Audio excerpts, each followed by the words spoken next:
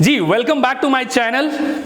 आपने पहला वाला पार्ट देखा होगा जिसके अंदर हमने डिस्कस किया था कि बेसिकली इंग्लिश लैंग्वेज सीखने के लिए क्या करना पड़ता है। तो उसमें मैंने एक्सप्लेन किया था कि इंग्लिश लैंग्वेज अगर आपको सीखना है तो इंग्लिश ग्रामर आपको आनी चाहिए। अगर इंग्लिश ग्रामर आ गया तो आप बड़े आसानी से इंग्लिश बोल भी पाएंगे, लिख भी पाएंगे और समझ भी पाएंगे। और उसमें मैंने एक्सप्लेन किया था कि किस तरीके से हमारा पूरा सीक्वेंस था कि अल्फाबेट बचपन से आपने सीख लिया था, ABCD है ना, पढ़ ली बहुत है ना, आगे कुछ नहीं सोचना है, ABCD पढ़ ली है तो आगे बढ़ो, ठीक है। वहां पे हम आगे क्या करेंगे है ना, वर्ड मीनिंग याद करेंगे। क्या करेंगे? वर्ड मीनिंग, जिसको बोलते हैं अपन वोकैबुलरी, ठीक है। वोकैबुलरी करने के बाद, क्योंकि उसमें आपको रट्टा ही मारना पड़ेगा, आपको याद ही करना पड़ेगा, कुछ तरीके में बताऊंगा है ना। एक दो वीडियो अगर आपने देखा होगा पहले जिसमें मैंने बताया था ऑटोमेटिकली को याद करना है तो ऑटोमेटिकली, ऐसे बहुत सारे सीक्वेंस है, उसके लिए मैं वीडियोज बनाऊंगा, ठीक है। तो वर्ड बैंक भी आपको याद कर दूंगा, करने में दिक्कत नहीं होगी, उसकी टेंशन मत लीजिए। अभी अपने को समझना है कि आपको अल्फाबेट आती है, आपको वर्ड मीनिंग्स आता है। अब उन वर्ड मीनिंग्स का यूज करके हमें सेंटेंस कंस्ट्रक्ट करना है। सेंटेंस बनाने का काम इंग्लिश ग्रामर आपको सिखाएगा। और आज हम यही बात करने वाले हैं कि एक्चुअली में सेंटेंस होता क्या है और इसको बनाएंगे कैसे, और इनके कौन कौन से टाइप हो सकता है। क्योंकि जिनको बनाना है, जिन्हें हमें कंस्ट्रक्ट करना है, उन्हें समझना पड़ेगा कि एक्चुअल में सेंटेंस क्या होता है। हिंदी में उसको वाक्य बोलते हैं। जैसे मैंने कुछ बोला कि मैं एक लड़का हूं, एक वाक्य है, आई एम अ बॉय। लेकिन अगर इसी वर्ड्स को उल्टा पलटा कर दीजिए आप, मैं लड़का एक, अब देखो ये क्या हो गया, जस्ट आपने क्या कर दिया, अनस्क्रैम्बल कर दिया। अब इससे कोई मतलब ही नहीं निकल रहा है। तो हमें जो भी शब्द बोलेंगे, अच्छा हिंदी और इंग्लिश में दोनों अलग होता है। जब आप ट्रांसलेट करते हैं तो वर्ड्स के पोजीशन चेंज हो जाता है। क्योंकि हम हिंदी में वो चीजों को जानते हैं, हमारे लिए हिंदी वाक्य होता है और उसको हम ट्रांसलेट कर रहे होते हैं इंग्लिश में। तो वाक्य या सेंटेंस दोनों का मतलब यह है कि जब आप वर्ड्स का या शब्दों का जब कॉम्बिनेशन करें तो कॉम्बिनेशन करने के बाद ढंग का मतलब निकलना चाहिए, उसका कुछ ना कुछ सेंस मिलना चाहिए। So we can say that कि sentence can be defined as combination और group of words that gives complete sense. मतलब आप वर्ड्स को जब आप अरेंज करेंगे, उनको एक सीक्वेंस में लगाएंगे, तो उस सीक्वेंस का, उस अरेंजमेंट से कुछ सही और कंप्लीट सेंस निकलना चाहिए। उसी को अपन सेंटेंस बोलते हैं। सिंपल सी बात है, कहीं कोई लोचा नहीं है। कोई भी आप वर्ड्स ले लो, उसको अरेंज कर दो, और वो अरेंजमेंट अगर सही मीनिंग दे रहा है तो हम उसको बोलेंगे कि ये सेंटेंस है। लेकिन अब ये पता कैसे चलेगा कि जो हमने सेंटेंस बनाया है वो सही मीनिंग दे रहा है? ये चीज समझने के लिए हमें इंग्लिश ग्रामर पढ़ना पड़ता है कि हाँ ये सीक्वेंस ठीक है, ये सीक्वेंस गलत है ना, ये सीक्वेंस सही मीनिंग देगा, ये सीक्वेंस गलत मीनिंग देगा। और इसी चीज को समझने के लिए हमें सेंटेंस समझना पड़ेगा। तो अब आइए मेरे बोर्ड की तरफ, मैंने यहां पे लिखा है सेंटेंस। अच्छा, सेंटेंस में मैंने लिखा है India is a great country. इसमें किसी को कोई डाउट नहीं होना चाहिए, इंडिया ग्रेट था, है और आगे भी रहेगा। तो India is a great country. अब देखो यहां पे बहुत सारे वर्ड्स हैं। इंडिया एक वर्ड है, इज एक वर्ड है, ए भी एक वर्ड है, ग्रेट कंट्री। अगर देखें 1 2 3 4 और 5, यहां पे टोटल मेरे पास 5 वर्ड है। और India is a great country, India is a great country, यही सीक्वेंस सही है। अगर हमने कहीं भी उल्टा पलटा किया, मतलब 4 के जगह पे 5 कर दिया, 1 के जगह पे 3 कर दिया, अगर मैंने वर्ड्स का पोजीशन चेंज कर दिया तो ये सेंटेंस तो रहेगा लेकिन ये वैलिड सेंटेंस नहीं रहेगा, क्योंकि ये इंग्लिश के नियम को पालन नहीं करेगा, जिसको बोलते हैं ग्रामर। इंग्लिश ग्रामर क्या होता है? मैंने बताया था कि it is the set of predefined rules that help us to construct a proper sentence that gives a meaning. क्योंकि इंग्लिश ग्रामर को हमने नहीं बनाया है, ये बाहर की लैंग्वेज है, उनकी एक रूल है, उन्होंने बना के दे दिया है कि ये रूल्स है ना, इसी रूल को यूज करो और आप सेंटेंस को कंस्ट्रक्ट करो। अगर आपको सही सही ग्रामर आती है तो आप उसको सही से यूज करके आप सही सेंटेंस कंस्ट्रक्ट कर लेंगे। हमने यहां पे लिखा है ना, India is a great country, Bharat एक महान देश है। आप हिंदी का ये वाक्य था, इंग्लिश में मैंने इसको ऐसा ट्रांसलेट कर दिया है, ठीक है। इसका मतलब ये हुआ कि हम जो ट्रांसलेशन करेंगे उसके लिए एक रूल लगाना पड़ेगा और वो रूल कहलाता है इंग्लिश ग्रामर। नाउ अब देखो सेंटेंस का ना बेसिकली 2 पार्ट है, एक है ना सब्जेक्ट और दूसरा है प्रीडिकेट। Subject and predicate. अब जैसे मैंने एक एग्जांपल लेके बताते हैं आपको। मैंने लिखा Mohan runs very fast, Priyanka like banana. दो एग्जांपल लिया है मैंने। अब इस सेंटेंस के अंदर देखिए, Mohan runs very fast. Runs very fast ये एक्शन है ना, दौड़ रहा है, ठीक है, दौड़ता है। किसके बारे में बात कर रहे हैं हम? मोहन के बारे में। तो जिसके बारे में बात हो वो हमारा क्या होगा? सब्जेक्ट। और वो क्या कर रहा है, ठीक है, रन्स वेरी फास्ट, वो तेज दौड़ता है। मतलब ये वाला पार्ट हमारा हो जाएगा सब्जेक्ट और ये वाला पार्ट हो जाएगा प्रेडिकेट्स। इसलिए मैंने लिखा है सब्जेक्ट क्या होगा? पर्सन और थिंग्स दैट परफॉर्म एक्शन। तो यहां पे एक्शन कौन परफॉर्म कर रहा है? मोहन। कौन परफॉर्म कर रहा है जी? मोहन, है ना। तो मोहन हमारा एक्शन परफॉर्म कर रहा है। यहां पे प्रियंका लाइक्स बनाना। प्रियंका को क्या पसंद है? बनाना, केला पसंद है उसको, है ना। तो अब यहाँ पे एक्शन कौन परफॉर्म कर रहा है? प्रियंका कर रही है, ठीक है। तो हम यहाँ पे सब्जेक्ट कौन हो गया? प्रियंका। अब ये बचा हुआ जो पार्ट है हमारा, ये क्या हो जाएगा? प्रीडिकेट। मतलब प्रीडिकेट क्या है? वर्ड्स और ग्रुप ऑफ वर्ड्स व्हिच से समथिंग अबाउट सब्जेक्ट। मतलब प्रीडिकेट किसके बारे में बोल रहा है? सब्जेक्ट के बारे में। प्रीडिकेट्स किसके बारे में बोल रहा है? सब्जेक्ट के बारे में, है ना।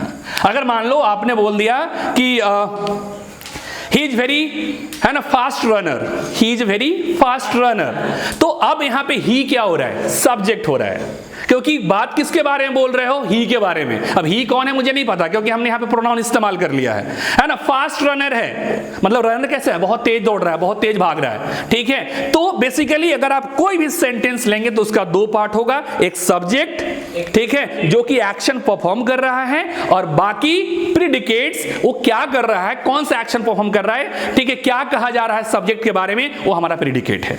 तो बेसिकली सब्जेक्ट का अगर आप पार्ट करेंगे तो दो पार्ट मिलेगा, एक सब्जेक्ट और एक प्रीडिकेट्स। तो यहां से क्वेश्चंस आता है एग्जाम सब में, आपको सेंटेंस दिया रहेगा, बोलेगा इसमें सब्जेक्ट और प्रीडिकेट्स को अलग अलग करके बताइए।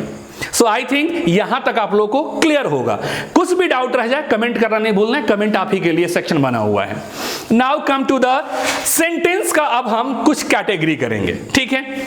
जैसा कि आप बहुत सारे अलग अलग सेंटेंस देखेंगे, क्योंकि जब आप किसी बुक को ओपन करके कोई स्टोरी को पढ़ेंगे तो उस स्टोरी के अंदर यही 4-5 टाइप के सेंटेंस मिलेगा। इसके अलावा आपको किसी अलग टाइप का सेंटेंस नहीं मिलने वाला। Am I clear?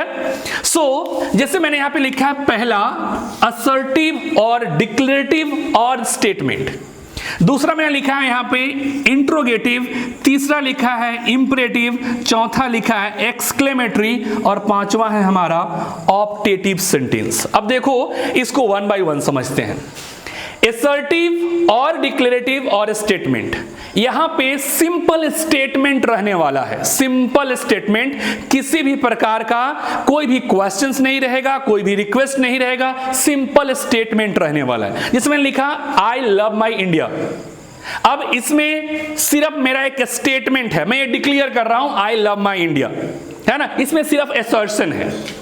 यहां पे लिखा he don't like to travel, वह ट्रैवल करना पसंद नहीं करता है। नहीं करता तो नहीं करता है, ये उसका डिक्लेरेशन है, हाँ ठीक है। जैसे इन बच्चों को पढ़ने का मन नहीं करता, इनका स्टेटमेंट है, डिक्लेरेशन है, ठीक है। दांत क्या दिखा रहे हो?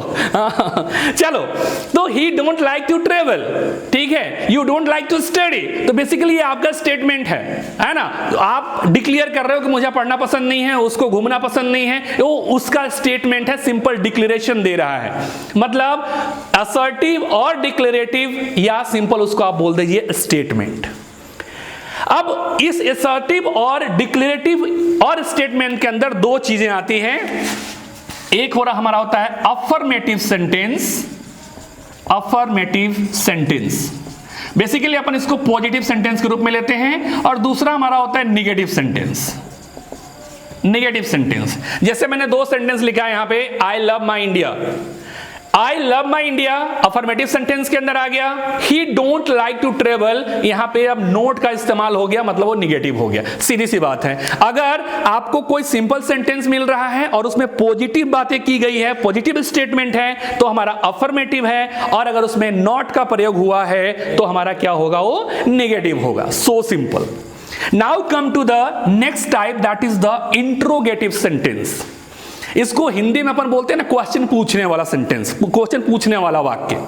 आप क्वेश्चन पूछ रहे हैं, अब ये क्वेश्चन पूछने का तरीका दो तरीके से हो सकता है, ठीक है। जैसे मैंने पूछा कि आपकी शादी हो गई है, बहुत लोग हमसे पूछ लेते हैं आपकी शादी हुई है, तो अब इसका आंसर है ना यस या नो में दिया जा सकता है, हाँ या ना, ठीक है। मेरी शादी हुई है, या तो मैं हाँ बोलूंगा या तो ना बोलूंगा, ठीक है। हुई है कि नहीं हुई है किसको पता है, कमेंट करके बता देना, ठीक है। तो बेसिकली यहां पे यस नो में चलेगा, ठीक है ना, यस या नो।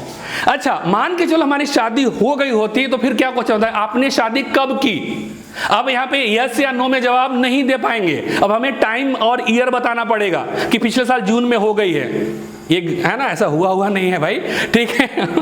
हाँ जी, हुआ नहीं है। तो अब देखो बेसिकली हमें यही एग्जांपल देना था। इंट्रोगेटिव सेंटेंस के अंदर दो कैटेगरी होगा, एक ऐसे क्वेश्चंस होंगे है ना जिनका आप आंसर यस या नो में दे सकते हैं। क्या आपकी शादी हुई, हाँ या ना, ठीक है। आपकी शादी कब हुई, तब यहाँ पे आप यस या नो में जवाब नहीं दे पाएंगे। इसका मतलब अगर आप ऐसे इंट्रोगेटिव सेंटेंस जहां पे हमें WH टाइप के वर्ड्स इस्तेमाल करना पड़ेगा। सुनो, WH जैसे बोलते हैं ना हाउ आर यू, तो यहां पे जो शुरू हो रहा है किससे शुरू हो रहा है, एच से, हाउ आर यू, है ना। व्हेन यू आर कमिंग, आप कब आ रहे हैं, अब यहां पे किससे शुरू हो रहा है, W से।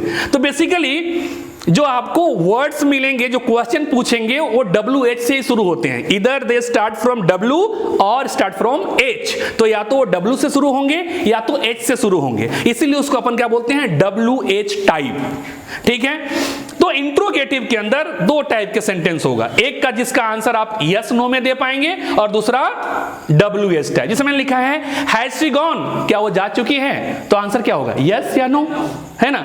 मैंने पूछा व्हेन ही इज गोइंग, वह कब जा रही है, सॉरी ही लिखा है ना, वह कब जा रहा है। अब यहां पे यस नो से काम चलेगा क्या, नहीं। अब आपको एक पर्टिकुलर टाइम बताना पड़ेगा कि वो कब जा रहा है, ठीक है। तो बेसिकली एक यस नो टाइप और दूसरा कैसा है हमारा, WH टाइप। नेक्स्ट है हमारा इंपेरेटिव सेंटेंस, बड़ी कमाल का सेंटेंस है ये टाइप, मेरे को बड़ा पसंद है। बेसिकली इंपेरेटिव सेंटेंस के अंदर आप चार अलग अलग कैटेगरी देखो, ठीक है। या तो उस सेंटेंस से कुछ ना कुछ रिक्वेस्ट हो रहा होगा, ठीक है। जैसे मैंने बोला कि मेरे को पढ़ाते पढ़ाते बहुत प्यास लग गया है, please give me a glass of water. अब मैं रिक्वेस्ट कर रहा हूं इन नालायकों सामने जो बैठे हैं मेरे कि एक ग्लास पानी दे दो, मेरे को प्यास लग गया है, ठीक है, क्लियर है। तो मैं रिक्वेस्ट कर रहा हूं, ठीक है। अब मैंने क्लास में पढ़ा रहे थे, बच्चे हल्ला कर रहे, मैंने बोला जस्ट कीप शट अप। अब मैंने क्या किया है, यहाँ पे ऑर्डर दिया है। क्या किया है मैंने, ऑर्डर दिया है कि भाई मुंह बंद कर लो, चुप हो जाओ, ना तब थप्पड़ पड़ेंगे अभी कस के, ठीक है। तो बेसिकली या तो मैं रिक्वेस्ट कर रहा हूं या तो मैं ऑर्डर दे रहा हूं, या मैं बोला है ना यू शुड स्टडी, है ना, very well because you have to perform in your exam. अब आपको स्टडी करना चाहिए ठीक से, क्योंकि भैया एग्जाम आ रहा है, नहीं पढ़ोगे फेल हो जाओगे। मैं क्या करूंगा, PTA में सुनना पड़ेगा, ठीक है, मम्मी पापा से और मेरे से भी। तो मैं क्या कर रहा हूं, एडवाइस या सजेशन दे रहा हूं। तो ऐसे सेंटेंस, कैसे सेंटेंस, ऐसे सेंटेंस जिसमें या तो हम कुछ रिक्वेस्ट कर रहे होते हैं किसी को, या कुछ एडवाइस या सजेशन दे रहे होते हैं, या फिर ऑर्डर दे रहे होते हैं। तो मिला जुला के हम कुछ ना कुछ कमांडिंग कर रहे होते हैं, कमांड दे रहे होते हैं, क्लियर है क्या। तो ऐसे सेंटेंस जिससे आपको यह समझ आ जाए कि वो इसमें रिक्वेस्ट हो रही है, या एडवाइस है, या सजेशन है, या ऑर्डर है, तो कौन सा सेंटेंस के अंदर आएगा, इंपेरेटिव सेंटेंस के अंदर। किसके अंदर आएगा, इंपेरेटिव सेंटेंस के अंदर आएगा, ठीक है। अब मैं फोर्थ पे पहुंचता हूं, एक्सक्लेमेटरी सेंटेंस। एक्सक्लेमेटरी सेंटेंस और ये ऑप्टेटिव सेंटेंस, ये दोनों मिलता जुलता है। अगर आप इंटरनेट पे सर्च करेंगे तो हो सकता है ये ना मिले, सिर्फ यही मिले। कुछ बुक के अंदर देखेंगे तो एक्सक्लेमेटरी मिलेगा, ये नहीं मिलेगा, कहीं पे दोनों मिल जाएगा। ये दोनों अपना जुड़वा भाई है, थोड़ा सा डिफरेंस है, बस अपने को ध्यान में रखना है। बहुत जगह पे सिर्फ यही मिलेगा, ये नहीं मिलेगा। बेसिकली एक्सक्लेमेटरी सेंटेंस और ऑप्टेटिव सेंटेंस ये हमारे इमोशन को रिप्रेजेंट करते हैं, ठीक है। कुछ हमारे जो इमोशन है वो स्ट्रांग हो सकते हैं, और कुछ थोड़ा सा निम्न स्तर को होगा, थोड़ा लो होगा। तो जो हमारा स्ट्रांग या बोल सकते हैं सडन इमोशन जो होता है ना, वो बेसिकली आता है एक्सक्लेमेटरी सेंटेंस। जैसे मान लीजिए आप IPL देख रहे थे, CSK के फैन कितने लोग थे, है ना, मैं भी CSK का फैन था।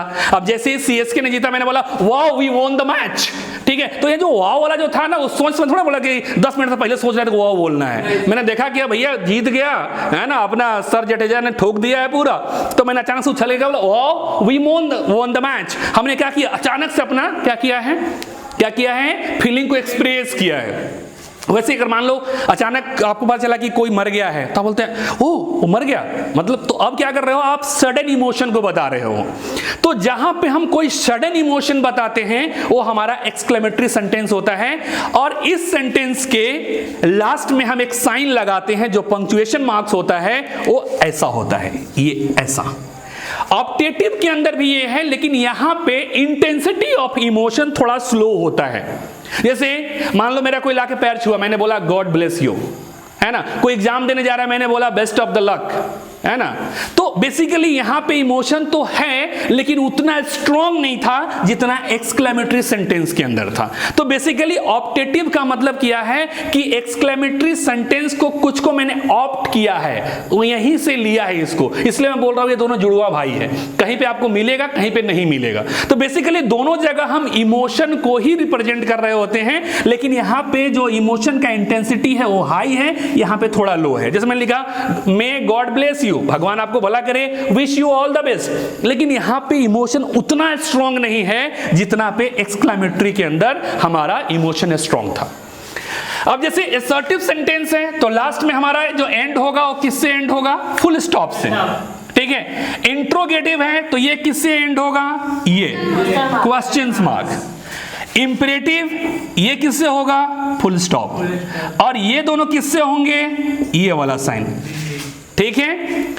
ये हमारा पंक्चुएशन मार्क्स है, जिसको बोलते हैं मार्क्स ऑफ एक्सक्लामेशन, ठीक है, जो कि हमारा फिलिंग के लिए इस्तेमाल किया जाता है। तो हमारे पास टोटल कितने टाइप के सेंटेंस हो गए, असर्टिव, दूसरा इंट्रोगेटिव, इंपरेटिव, एक्सक्लेमेटरी और optative sentence. Am I clear?